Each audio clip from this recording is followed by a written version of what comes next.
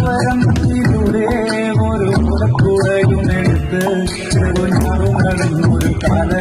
കണ്ണൂടി നടന്നൊരു പിള്ളേ കരിവളയിട്ട്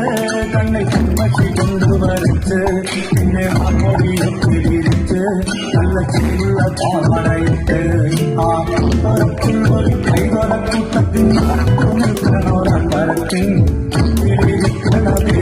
ചാക്കുവാൻ കൂടെ